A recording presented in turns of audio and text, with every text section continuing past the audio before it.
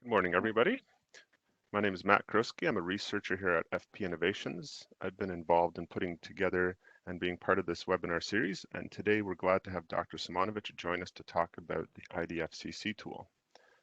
This webinar is being recorded, and the recording and accompanying presentation will be made available to all those here today on demand. And the presentation itself will be about 30 minutes, and at the end of disconnect from WebEx, there's also a survey that pops up that we'd appreciate if you take. This is the third and final webinar in a series about understanding decision-making about climate change impact at a small watershed scale. In the first one that I presented, I explained the big picture in terms of what tools are available to designers to modify a design flood that will take climate change into account when designing in a remote, small watershed resource road context. There's a lot of information to take in there, and because there's no single right answer, there's no single tool, designers' judgment about how all the available tools, how to interpret them, what their strengths are, their limitations, well, it's ultimately the judgment of the designer that will define how climate change is taken into account within a design. And in the second webinar that was given by Kari from PKIC, that presentation, she went into the topic of decision making within climate change more broadly speaking, and then also went into some detail about a new tool that PKIC has created called Climate Explorer, and how that tool fits in into a design flood hydrology decision making process. And today's webinar will focus on the use of IDFCC, another great climate change tool to put into your design flood hydrology toolbox.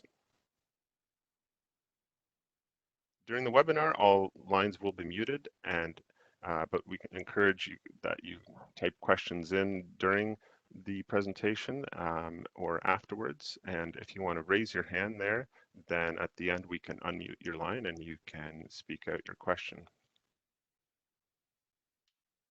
And also at the end, I'll be opening up a poll that you can actually put questions into as well if you prefer to use Slido. And for the questions and discussion, we have, a lot of the questions might have to do with IDFCC, and that's where Dr. Simonovic will come in.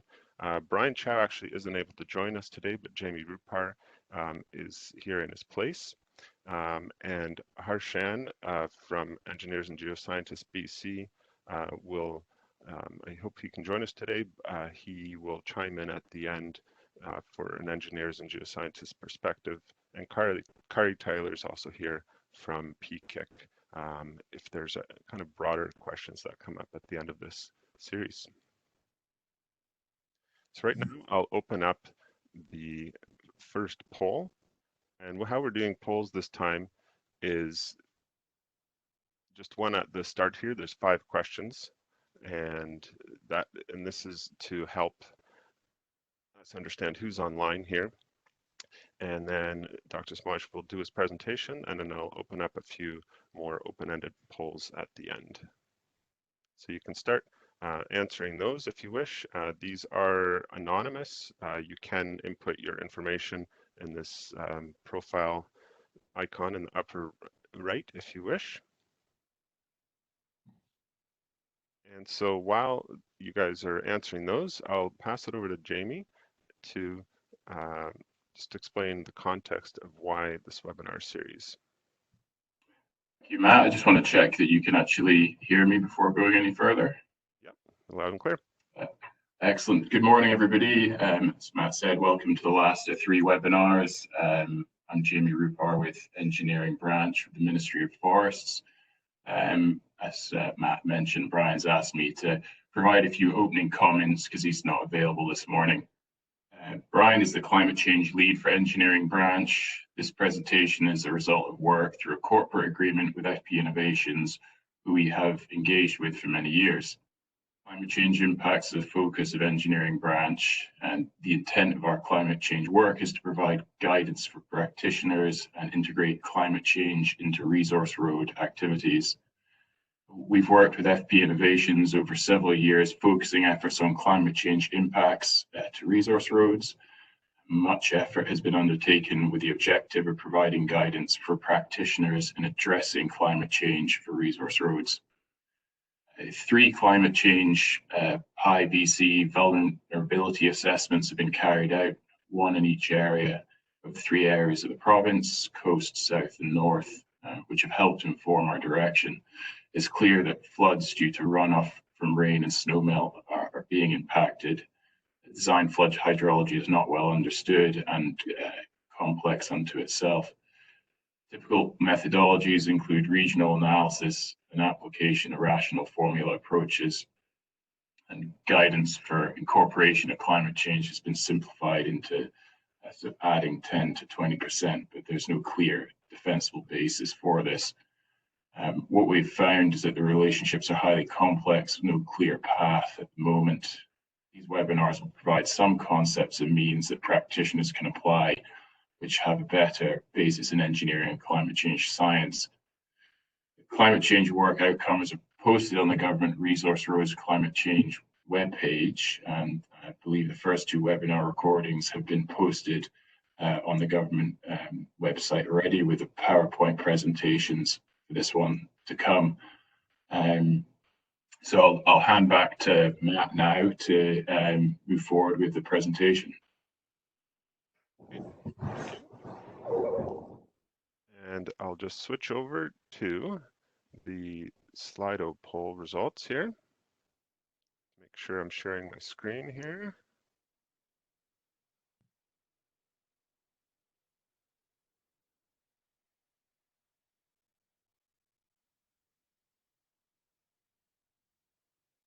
All right, so it looks like we have mostly people who can, designers that can design for any context, and followed by just having general background.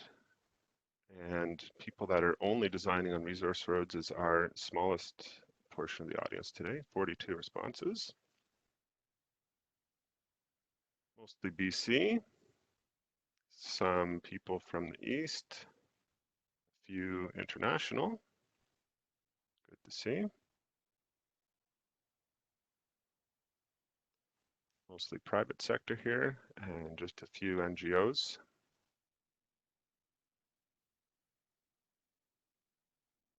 And good to see that most people have the full context of this last webinar,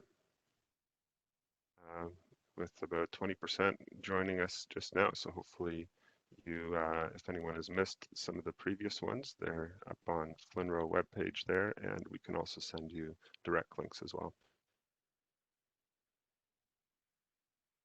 And finally, here's one to set you up, Dr. Simonovic.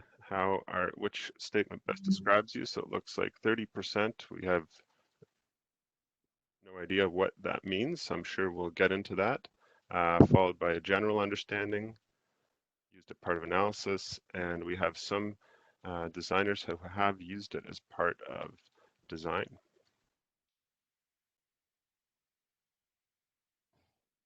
So with that, I'll pass it to Dr. Simonovic so we can share his screen.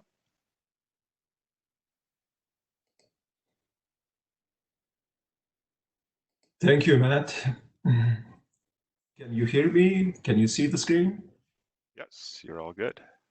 Okay, I'm very happy to be with you today and talk a little bit about the tool developed by my research team and now owned and maintained by the institute that I'm associated with, the Institute for Catastrophic Loss Reduction. This presentation is going to be really much more focused on the particular way how you do design. For those of you who are familiar and utilize the intensity, duration, frequency curve, this presentation will show how you can add the climate change into this particular process. The way how this has been done is through the modification and updating of the intensity, duration, frequency curves for changing climate conditions. Tool is available, publicly available last 5 years. February 2015, it was posted. At the moment, as this morning, we have You can see about 2,600 active and registered users. I'm very happy to see that some of you are already familiar and using the tool. I would suggest after the presentation, if you find this of potential value, please try it, see what you can do. And if you have any questions, there are various ways how we can communicate, help, answer, and also try to think about your questions and suggestions in the future improvements of the tool. I must say that one of the very significant components of the tool, engaged development of IDF curves for engaged sites, was motivated by my discussion with Matt quite some time ago, when he posed the question, what can we do at the locations where we don't have measurements? You can see that the development of the tool was done at the University of Western Ontario through the support of the through the support of the Water Network, Canadian Water Network, that had very specific call for proposals for applying the knowledge, not developing the knowledge, applying the existing knowledge. We use this opportunity, and with a relatively modest funding and extremely capable team, I think we succeeded developing the tool, implementing it, and then with the help of the Institute, ICLR Institute, we are continuing to maintain, improve, and make the tool still available to others. In the presentation, I'll kind of quickly go through the introduction and methodology. There's a lot of stuff that can be actually said. We have a limited time, and I'll try to stay within the given time. Talk a little bit about implementation, and maybe spend more time on the use of the tool and how this tool can be used to answer some questions related to uncertainty, which is always associated with the climate change impact type of analysis. You will have, I think, 10-15 minutes at the end for questions and answers. And as I'm pointing out, through the tool as well as direct contact, we are trying to respond to questions of the users. So the motivation came obviously by the very clear indication that the global temperature is increasing, and with the increase of the global temperature, we are facing change in frequency and intensity of extreme events. Intensity, duration, frequency kind of curves is a very common engineering tool used in a kind of design.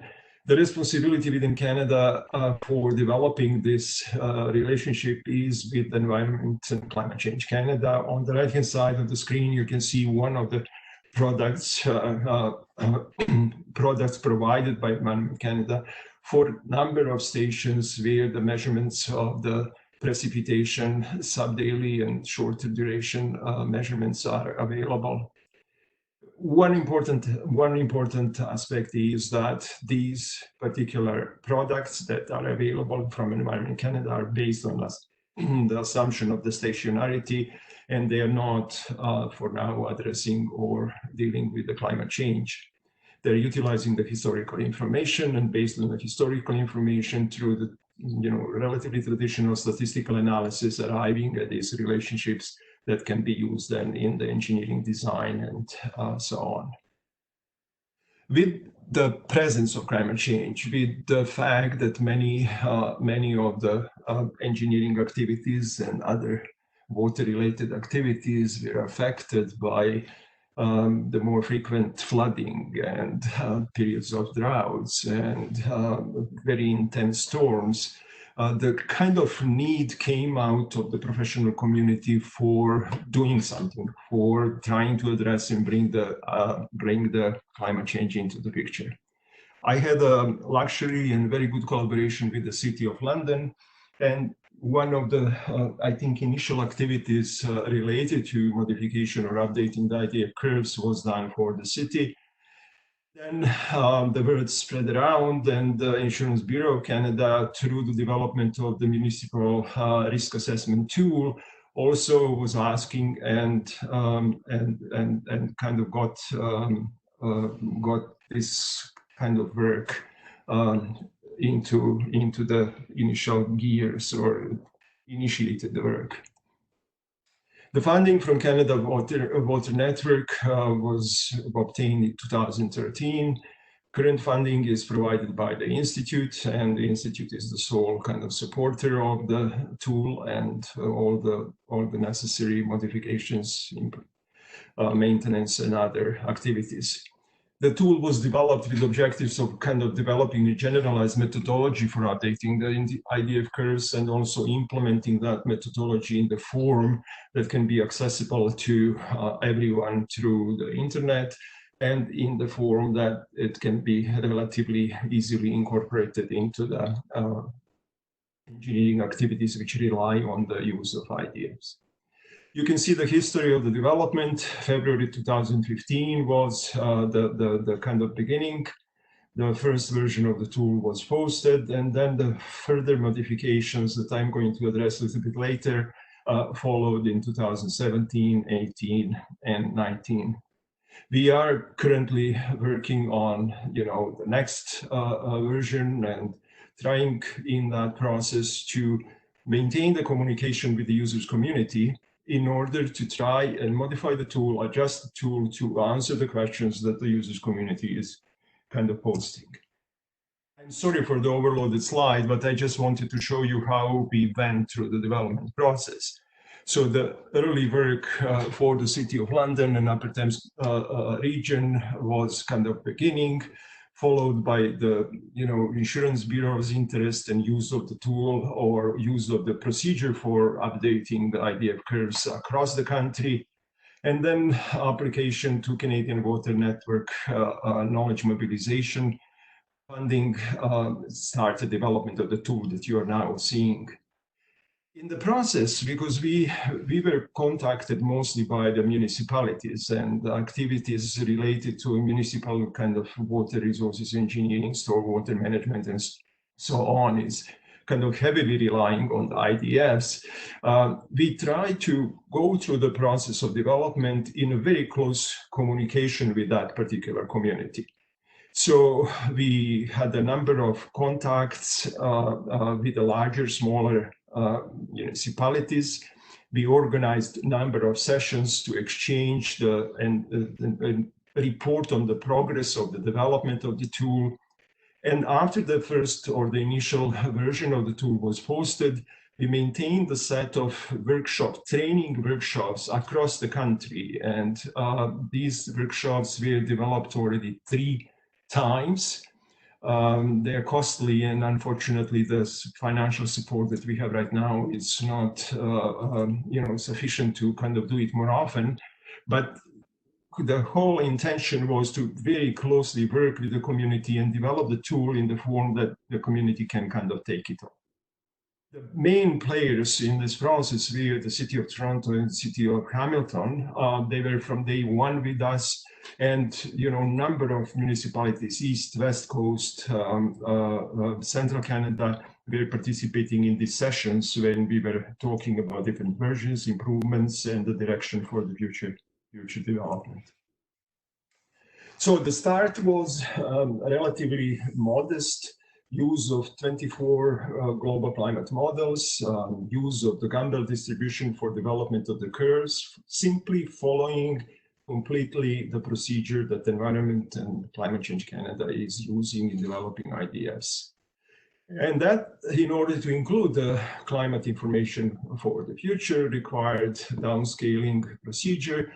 We developed original process known as a quantile matching algorithm for kind of downscaling this information to the durations that are required for all IDFs we are used to use. Second version brought some, refinements, updates of the user interface, making it easier to kind of go through, as well as also utilizing more of the publicly available information. In the same time, the PKIC started providing the kind of climate information for the Canadian users, and we were informed about that, and we wanted to include these models into the tools database. So the second version included 9 bias-corrected models from PKIC. And at that time, we also decided to follow a little bit more the current state of the literature and replace the Gamble distribution with the GEV, the generalized extreme value distribution, which seems to be much more appropriate for this particular use. The required modification of the quantile matching algorithm, the downscaling algorithm, and that was completed in 2017. Further use and communication with the users community was pointing out in direction that people are really in the need of this information on ungauged locations.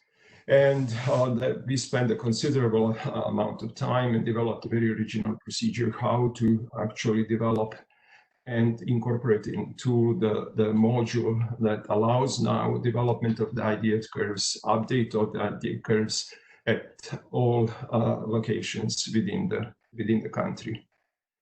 The final version from basically August of last year was just a version, the same kind of version 3, modified by the addition of the new climate models provided by PKIC, and now we have in the database 24 of these models, basically the models that I think were mentioned in the second webinar. And this will be our intention that with all the improvements and changes and new information, climate information available, we will be updating the tools database and providing you as users with the most current information. Quick walk through the methodology. For the development and updating of the IDFs for gauge locations, the tool is what you see. Sorry for the kind of a little bit distraction, but the tool's interface provides 2 paths, going through the path of updating curves for gauge locations and then for the ungauge locations. If you opt for the gauge locations, you will be presented with various options of first generating the historical curves. So the tool is basically replicating the procedure that Environment and Climate Change Canada is implementing, and the curves that you can develop through this kind of historical path at the end are completely the same as those that are posted and available from Environment Canada. In this process of kind of updating, we developed the ways of integrating the observations on the all available stations with sub-daily measurements of the precipitation with the daily data generated by the climate models for the historical time period of observation.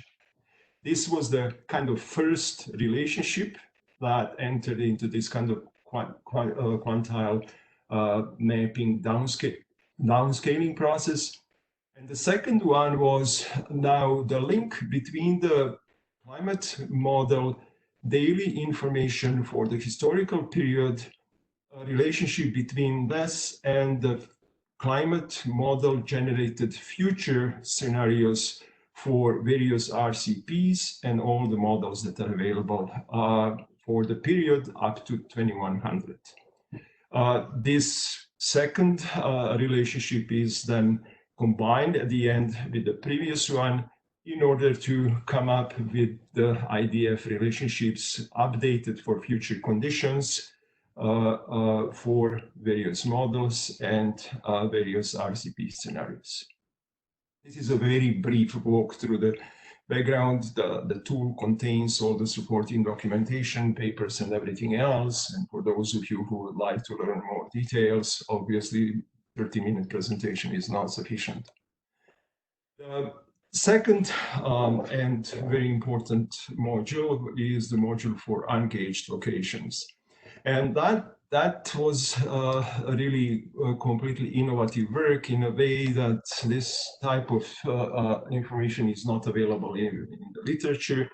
So what we decided to do is we decided to use very large number of atmospheric variables for all grids that cover territory of Canada for period of 1971 to 2013 from the so-called reanalysis databases. Reanalysis databases, we use two of them, North American and European. Reanalysis databases are basically created by integrating the observations with the climate modeling work to come up with the longer sequences of the hydroclimatic information that the users may need. This 31 atmospheric variables were basically the utilized, and relevant atmospheric variables were selected for each station to estimate the annual maximum precipitation. So we ended up with a different set for every duration, and we utilized the reanalysis data. We utilized the selected atmospheric variables for each location, and at the station level, we did this kind of statistical comparison. And then a little bit more modern kind of learning algorithm was utilized to establish the statistical relationship between these predictor variables at each station with the observed sub-daily annual maximum precipitation. And because many of the stations had the shorter sequences of observation, we tried to integrate or bring into the analysis to stabilize the relationship the surrounding or nearby stations. So two kind of sets of cooling stations were performed, or two different calculations were performed, including 10 nearest stations and 25 nearest stations.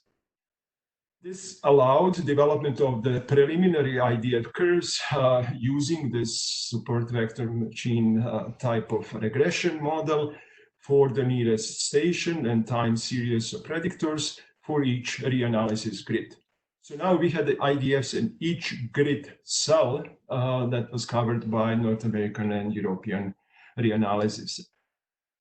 These preliminary curves were also modified at the end using the kind of spatial correction factor to take into consideration the information of the kind of surrounding area. At the end, this process kind of ended up with 4 different sets of IDF curves for each reanalysis product and 2 sets of averaging stations, 10 and 25. And instead of presenting users with 4 of them, the tool is kind of putting them together and finding a kind of median value, average value, and presenting the single IDF for each location across the country. So this was the historical IDF development at ungauged locations. This is the starting kind of point that was necessary to proceed with incorporating the climate change into that. So how we did that? Kind of following the similar logic. First, this gridded historical information was used as a background, and then the relationships were developed between the kind of climate model daily information for the period, historical period, and the future periods for various scenarios. Quantile mapping was adjusted or modified to match that, and then integrated with this kind of gridded historical information to give and produce the IDF curves for each grid cell across the country for various future realizations of the climate models, selected climate models, and selected RCP scenarios. I know that was a relatively fast walk through the methodology, but I hope you're getting the sense of the essential things. How we implemented this, very traditional form of the decision support system, combining the user interface with the database and the model base. In the database, we have a repository of all Environment Canada observations. We also allowing users to provide their own data if they have their own measurements, so they can create their own stations, they can keep them in the database and then implement the tool in the same way as for the stations owned by Environment Canada.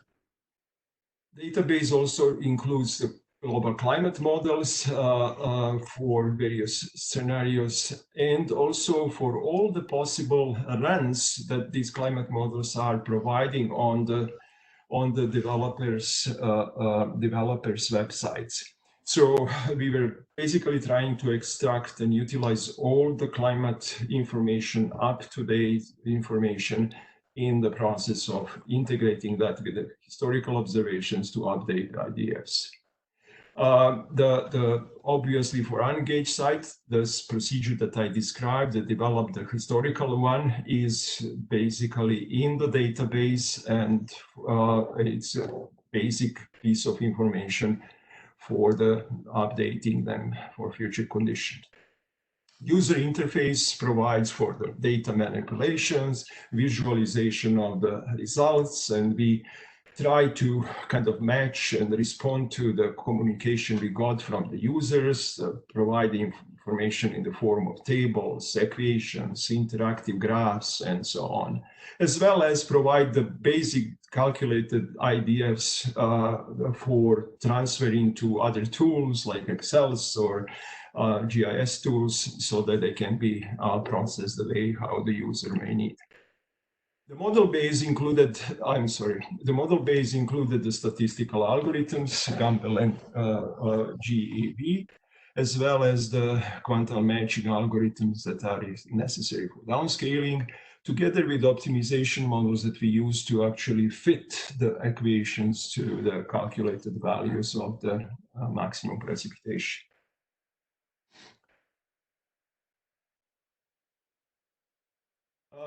Few words about the kind of user interface. You can kind of see how that looks like. It's a relatively simple, straightforward.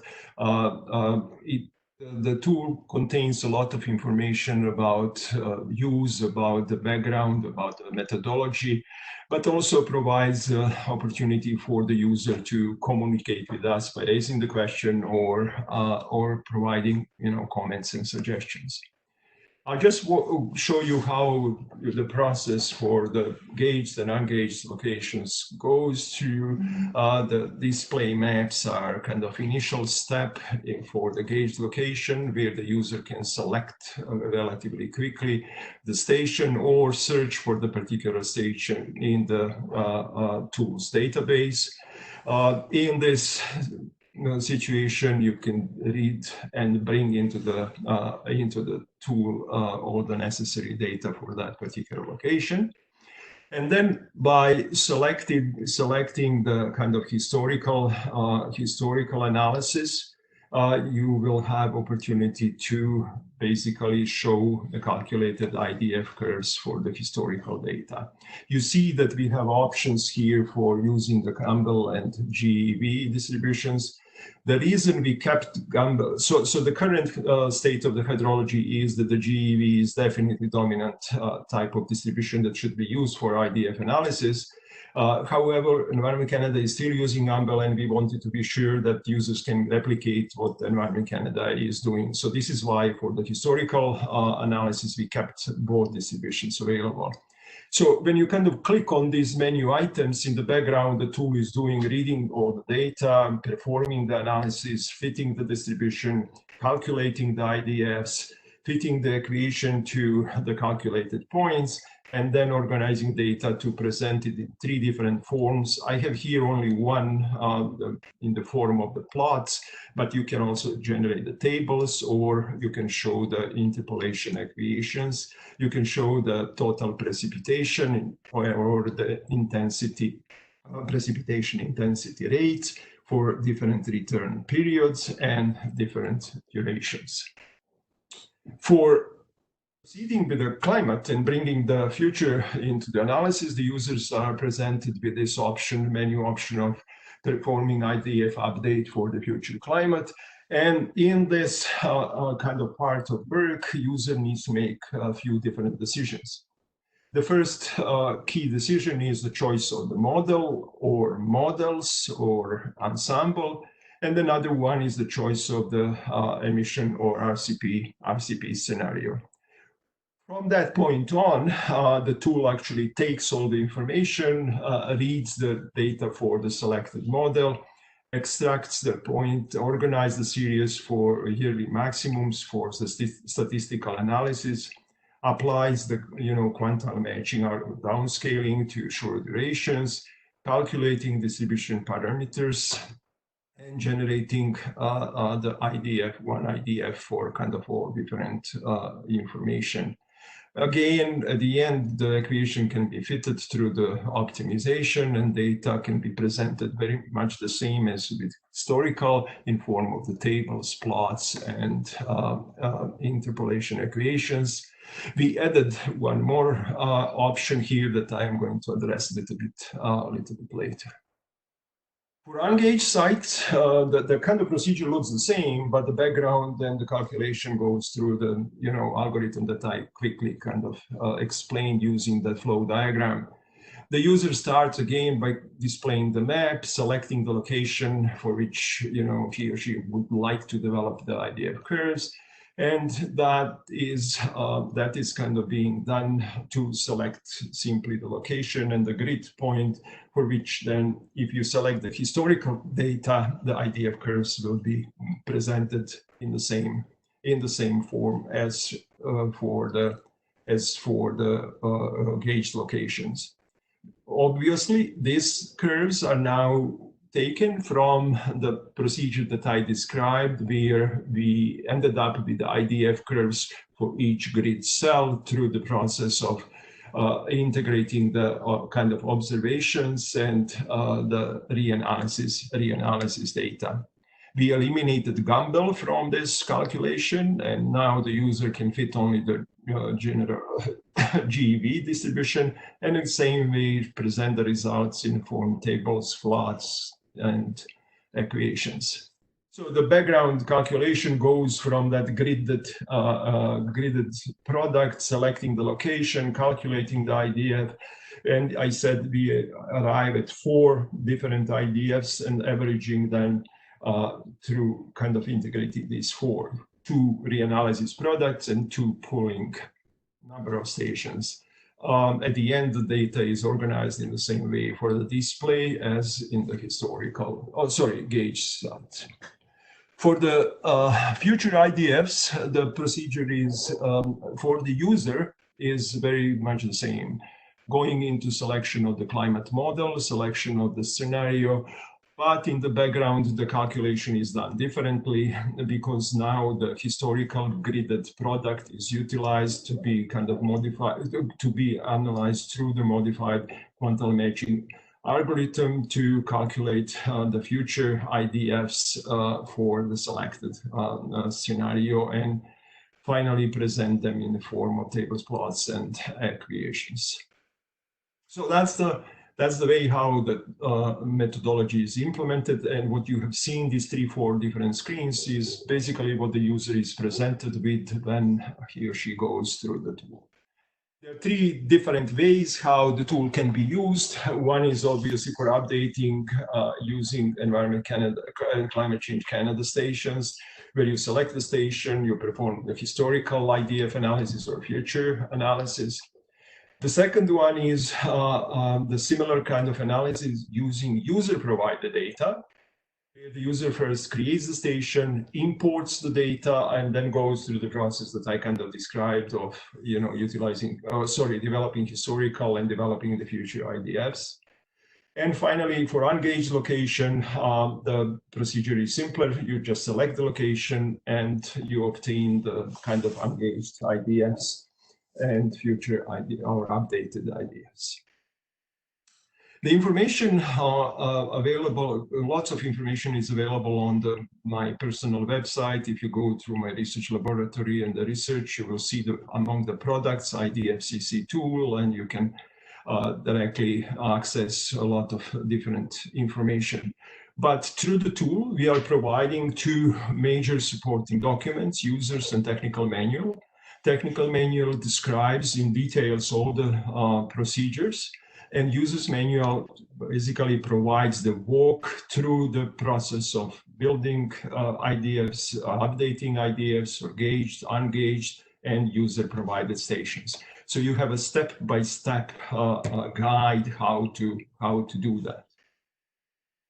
Every methodological issue that we addressed in the development of the tool was basically tested by the peer review publications.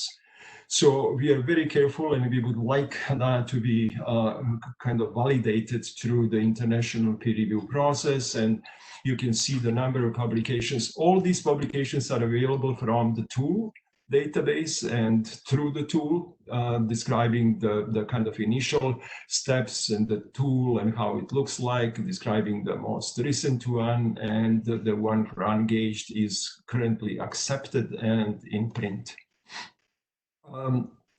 The last one that's under the review is the description of the version 4 that we are currently running. There's issues in potential regional analysis. There are technical papers on the downscaling procedure. There are technical papers on engagement of the users in the process. So all this has been published in the pretty highly regarded journals in water resources management and available for the users. Okay, I'm at 30 minutes. Matt told me I can use 35. Matt, if it's okay, I would like to say a few words about the use of the IBFCC tool. Yeah, sure. In most of the presentations, recent training presentations with the tool, we were getting questions about uncertainty. Okay, you guys are providing 24 different models. You're providing, 4 or 5 different emission scenarios. What should we do? What should we select? How should we select? And that's where I think pretty serious consideration is required, and some decision making is basically transferred onto the user. The message is that uncertainty in selecting the models and the difference between the results obtained if you use one model or another cannot be eliminated. It's unavoidable. It is significant uncertainty. And therefore, I think the procedure for the use of the tool needs to be adopted to kind of address that uncertainty. We provided one additional plot at the request of the users, and that's an uncertainty plot, which is kind of giving you the range of potential differences in the precipitation, in the extreme precipitation for various models and various RCPs being used. And you can actually see that, depending on the choice of the model, choice of the emission scenario, you can get quite a different output. This is the kind of already processed outcome for the London station where I live right now. Historical IDF, the kind of this area, orangey area, is including the very large number of IDF curves, which are generated using different models, different RCP scenarios, to show that depending on the choice of model, you end up with a quite wide range. The red line in the middle is what is traditionally being done or recommended. Use the ensemble and the mean value, and that will be the kind of choice of replacing the historical with the red one. I would be cautioning against that, and the cautioning is coming from the basically range of this kind of area around the red line. In some cases, that can be very narrow. In some cases, it can be quite significant. And therefore, I think that the users and the designers have to be fully aware what are the potential consequences of utilizing different models or different emission scenarios. So there are 3 different ways how the models or how this question can be addressed. One is the IPCC, Intergovernmental Panel on Climate Change recommendation, which is basically saying use the ensemble. You form the ensemble for all the available climate models, climate emission scenarios, and then basically this ensemble is the representative of the kind of future conditions. I think beside the ensemble will be, for example, the red line. Beside the ensemble, I would like personally to know how wide is this range around the ensemble. And therefore, in some of the studies that I have done in the past, this was mostly done in the kind of urban environments. I was suggesting utilizing the boundaries approach or testing the upper and lower bound of climate change impact. Basically utilizing the IDF curve that's on the top and the bottom, and depending on the type of problem that you are dealing, going through the whole process of the risk assessment and comparing or showing the difference between these different two and making kind of informed decision based on that. This is like a lower bound representation for the City of London, risk of flooding of the municipal infrastructure. And we have a similar graph for the upper bound. So the users can very easily kind of click, find out what are the consequences for the lower, what are the consequences for the upper bound, what's the difference, and based on that, kind of made the decision what to use. And the final recommendation is what I really like, which I think is the future. And some of the practicing engineers, when I was presenting this, were telling me they hope that this is going to remain in academia and never come into practice. The reason is that this particular approach is completely changing the way and the view how I think we address uncertainty and how we design. Instead of going through the standard that tells you use the 2-year, 5-year, 2-hour curve, actually I'm suggesting here complete analysis of the problem in the form of very detailed simulation model to which you can apply the various choices of disturbance, or these are the climate change, let's say, scenarios, and then analyze how the system responds to this particular change. So let's say if we are dealing with the flood, designing the flood particular piece of infrastructure to take care of the flooding, by doing this, developing a detailed model of your kind of system that you are designing, and performing the analysis for all different climate conditions, you can find out the detailed response of the system over time. And just to tell you that I am not out of space for this, performance-based engineering is already deeply getting into, for example, earthquake engineering.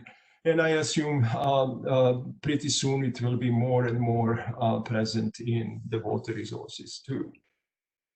With this, I thank you for your attention. I'll be happy to answer some questions. Matt asked me to provide you with this slide so you can see how you can ask questions.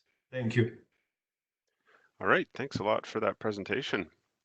I'll open up the second poll, which is just a few. Well, it's more of comments. What would you like to see improved or implemented in IDFCC? And there's also another location where you can input some questions there rather than through WebEx or any comments. And while those questions are coming in, I'll quickly hand it over to Harshan from Engineers and Geoscientists BC.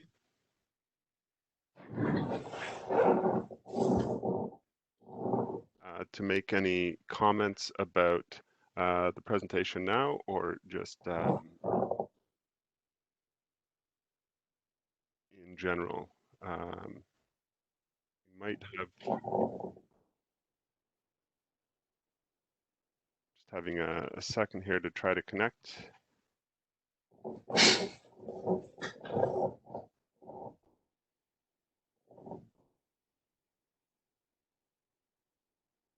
I'll share my screen for these polls. All right, we have Harshan.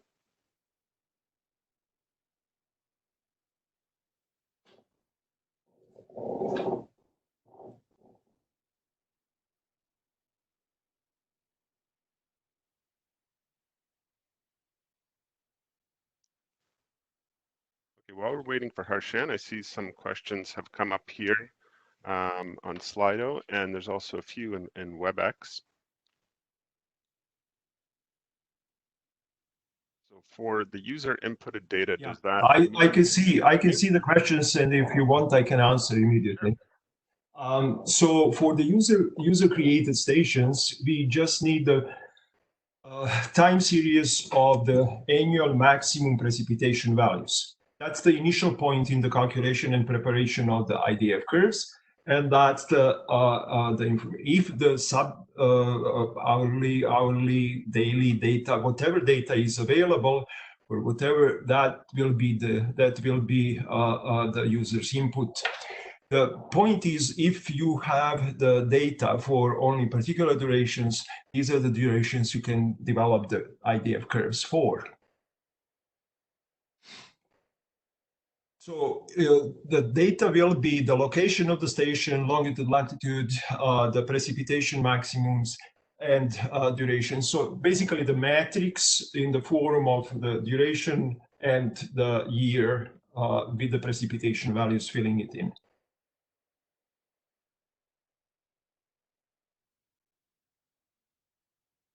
Okay, Hi, Matt. Harshan here. here's Harshan. So, I just had a few things to share with everyone. I just wanted to highlight that Engineers in Geoscience BC hosts a climate change information portal that has several sections relating to bettering our collective understanding of design flight hydrology. We have posted the University of Western Ontario's IDF tool. There's some caveats around it. I would also like to bring everyone's attention to some of the work that is being done by Metro Vancouver. They have released a significant study on the impacts of climate change on precipitation and stormwater management, providing future idea curves relevant for the Metro Vancouver area. So that is there. We'll post the webinar slides from these webinar series into the portal as well. I will also note that Engineers Geoscience BC has worked with BC Ministry of Transportation Infrastructure in developing professional practice guidelines for designing climate resilient highway infrastructure in BC. We have a fully worked out example in those guidelines using the IDFCC tool and how it can be applied in practice to design culverts. I mean, it's not a perfect tool. There are other tools that professionals can benefit from being aware of. There's climatedata.ca. PKIC has the WIC hydrologic model. They've worked in terms of providing stream flow inventories in consideration of the future climate with working with BC Hydro. Environment and Climate Change Canada also has a lot of stream flow inventories. So this tool, we can see it as one of the tools in the toolbox. While it's certainly important to consider using this to do some sensitivity analyses to feed into our design decisions, um, only using this could result in a sort of a oversimplified approach. So I just encourage everyone to kind of use this as well as other sources of climate data that you might want to be aware of, like certain other projections, like how the maximum one-day precipitation is changing, how the number of wet days greater than 20 millimeters changing in the future. Those kinds of metrics also help. It does not mean that we can ever have absolute perfect information. There's going to be some uncertainty, even with our understanding on how the results might apply to a snow-dominated regime versus a rain-dominated regime. And I think I'd like to hear Dr. Simonovich's comment on this, but even our understanding of how the sub-daily precipitation events are changing into the future, there's a little bit of, I guess, progress in science needs to happen on that.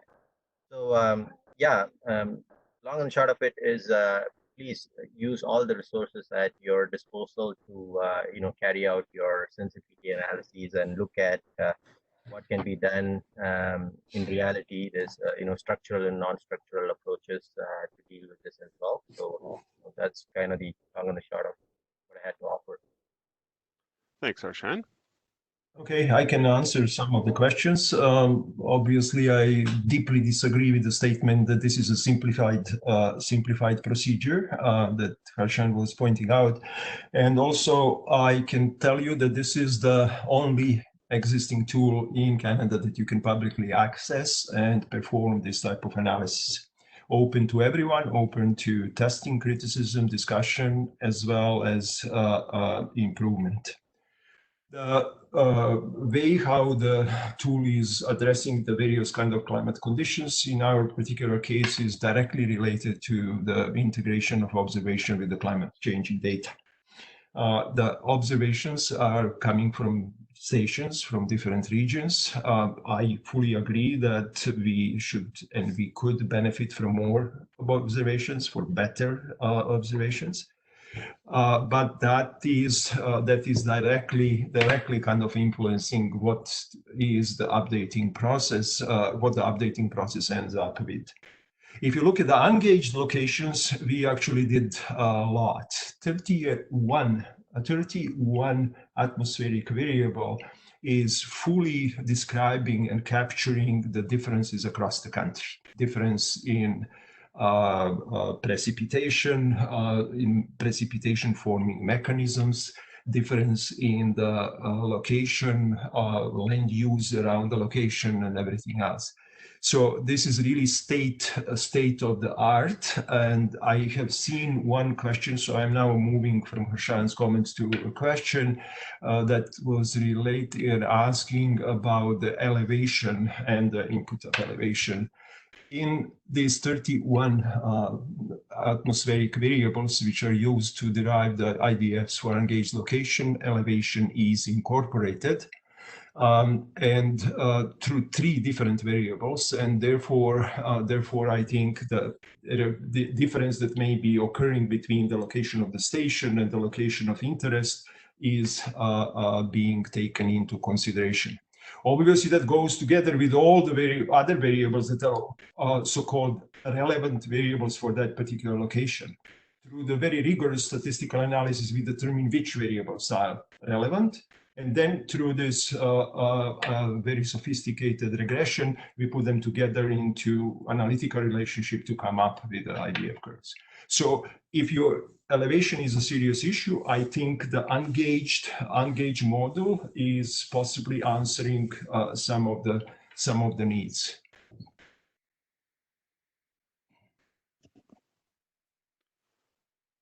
All right, thank you. And just as a follow-up question to that, if someone is in just realistically has a location in remote BC, I suppose you would suggest maybe taking both approaches, both looking at the gauges and the ungauged, and kind of like Harshan was talking about, do a sensitivity analysis, approach it a bunch of different ways. Sure, it all makes sense. No. The reason is that this is already done. In the ungauged module, for each location, each grid cell outside of the stations or across the country, we do already the kind of correction and analysis of the statistical analysis of the relationship comparing to the station, not only to one station, the closest, we compare to these 2 sets, 10 closest stations and then 25 closest stations. And for each of them, we develop the IDF curves and then at the end find the average one. So that kind of sensitivity is part of the algorithm for ungauged locations. Okay, thanks for that clarification. No problem, no problem. I have a question here. Do you have any plans for preparing the synthetic hydrographs based on the IDF of your we already got this type of questions. Unfortunately, see, our funding is not allowing this type of development. That will be basically adding now the kind of hydrology section onto this, and going into hydrograph development. For the funding that Institute is providing right now, we negotiated only maintenance and improvement of the tool as it is. I didn't mention there is one significant issue with the tool at the moment, and that is that the statistical relationship between the daily and sub-daily of information based on the historical observation is kept the same for the future. Under the assumption that the world is becoming non-stationary, this may not hold. And I just finished the test and implementation of the non-stationary procedure for developing and updating IDF curves. We are testing it and finishing the submission of the paper for publication. And I'm hopeful that within, let's say, 3 weeks to 1 month, we will have another improvement in the tool, which will be taking that non-stationary character into development of the future updated curves. This is one of the major kind of activities. With this activity, I think we will be mostly continuing to update the databases, to update with the obviously new observations that Environment Canada provides, or the climate information that the world, and we are relying on PKIC's kind of information, and updating our database with this more recent information. Right. Some good developments. There is a question, interesting question about the spatial resolution. I'm not completely sure. The spatial resolution is important for the ungauged site. We are using these two reanalysis data products, and they are already provided with the spatial resolution, 0.7 degrees for North American and 0.25 degrees for the European, which is about basically 30 kilometers or 80 kilometers grid sizes. We do have we're at an hour now, but maybe we can just finish up. There's a few more questions at the top there about orthographic precipitation, and the question at the top there. And also Brian Chow has been able to join us, Chief Engineer at Flinro. Brian, if you want to also jump in and make any comments, feel free.